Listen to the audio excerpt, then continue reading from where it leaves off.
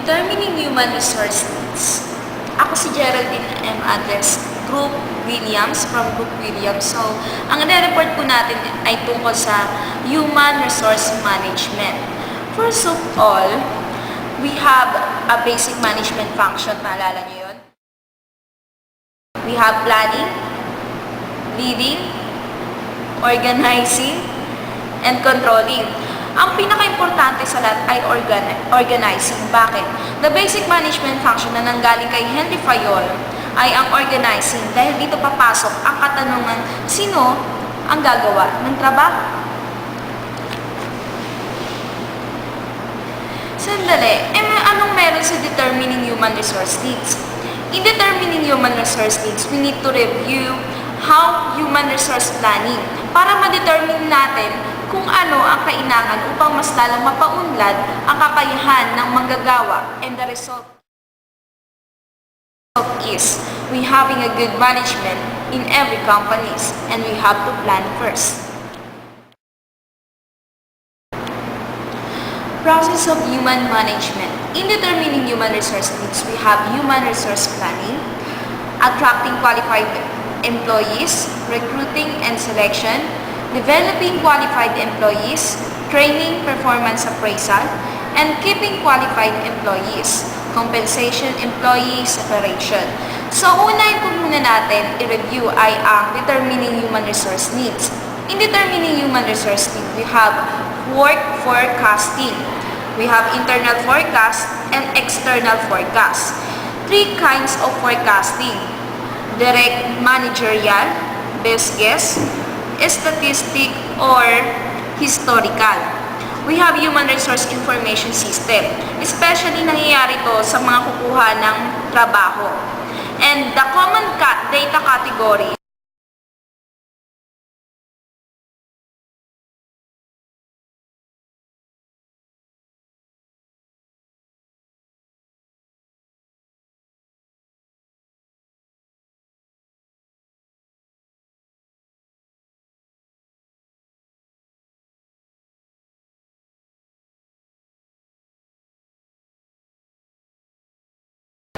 employment legislation. Kung minsan may mga bagay na labis na nakapagtataka sa paghahanap ng trabaho, bakit hindi tayo natatanggap? Yun pala hindi natin alam, may discrimination nang nagaganap. Halimbawa, nag-apply na isang sexy at magandang hubog ng katawan. Dahil doon, kaagad siyang tinanggap nung isang sa human resource management. So, pagdating na naman sa isang mataba, hindi siya natanggap. Bakit? Dahil dun sa katawan niya. Yun? Hindi tama yun. Kadalasan nagaganap ito at binabasa sa itsura, edad, reliyon, kulay, kasarian, at sa abilidad. Kaya ang EEOC para sa mga karapatan at pagkapantay-pantay ng mga empleyado o manggagawa, isinagawa ito. Employment laws. Kung ang bungad pa lang sa employment legislation ay ang discrimination na binabase sa itsura, edad, reliyon, kulay, kasarian, at abilidad, meron naman ibang dahilan ang employment decisions na maintindihan ng mga aplikante kung bakit hindi natatanggap ng trabaho. At ito ay nakabase sa mga sumusunod na factors. Job-related, reasonably necessary, or a business necessary. Ito ay para sa successful job per. Ngunit tanging kasarian, edad, reliyon at katulad ng iba pang pwedeng gamitin ng employment decision ay makikita natin sa bona fide or bona fide occupational qualification. Ayon sa Title 7 of the 1964 Civil Rights Act na binibigyan nila ng pansin ng pagtanggap at pag-employ na binabase sa sex, religion, or national origin kapag ang pinag-uusapan ay ang bona fide occupational qualification. Hindi nito gusto palabasin na may discrimination na nagaganap, kundi sa sinasabing reasonably necessary to the normal operation of the particular business. Halimbawa, sa isang monasteryo, may mga requirements sila sa pag-recruit ng mga maglilingkod bilang pare, ganyan. Especially yung magpapare nga. So, unang requirements lang lalaki na ang hinahanap. Siyempre nga pare, di ba? Pero may babaeng nag-a-apply, hindi tinanggap kasi dahil sa kanyang kasarian at walang diskriminasyong nagaganap doon, kundi tinitignan na lamang ang factors or objectives if allowed. Adverse impact and employment discrimination. There are criteria. First is disparate treatment, ibig sabihin intentional discrimination, at ang adverse impact, opposite of disparate treatment, which is unintentionally. Sexual harassment. Ayon sa Equal Employment Opportunity Commission, ang sexual harassment ay binubuo ng diskriminasyon na kung saan dito nagaganap ang hindi katanggap-tanggap na sexual advances, request for sexual favors, or kaya naman iba pang verbal or physical conduct as sexual nature. Meron tayong dalawang klase nito. Una, ang quid pro quo sexual harassment man na nagbabanta, if you reported this activity to upper management, I will really fire you. Minsan, lumalabas ang quid pro quo sexual harassment sa employment outcomes, katulad ng hiring, promotion, o pagtatanggap ng isang sikretong trabaho. Bukod pa doon, meron tayong tinatawag ng hostile work environment. Finding qualified worker. I'm Jel Timao.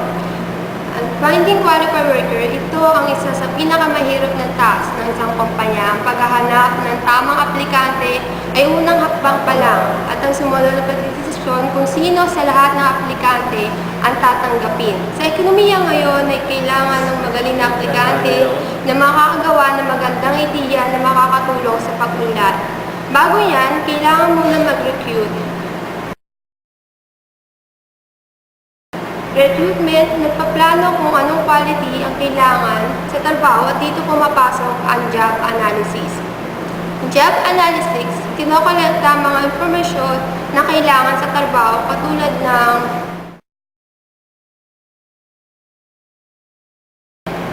meron dalawang importante na nagagawa sa job analysis, job description and job specification. Ang job analysis, ito ang foundation na kailangan sa trabaho at magagamit ito sa recruiting at selection. Ito ang sample. May dalawang uri ang recruitment. Internal recruiting, ito ang pagre-recruit sa loob ng company na tinatawag na promotion from within. May dalawang method ng internal recruiting.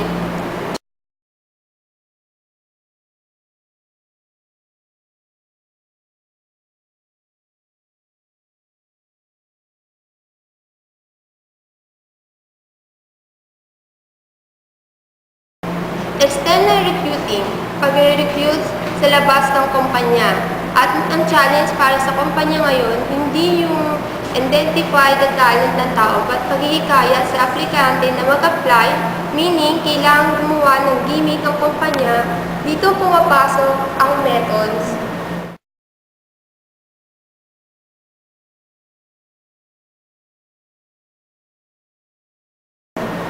Pagkatapos mag-process ang recruitment, dito pumapasok ang selection, pinipili kung sino sa lahat ng nag-apply na merong malaking pagkakataon na magawa ang trabaho.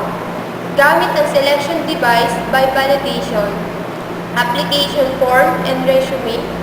Alam niyo ba na merong topics of employers should avoid application form, interview, or other part of selection process?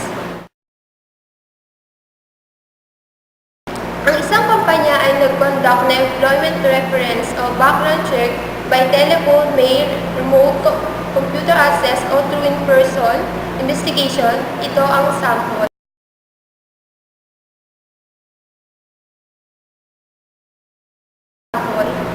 Pagkatapos ng kumpanya ay nagbibigay ng selection test.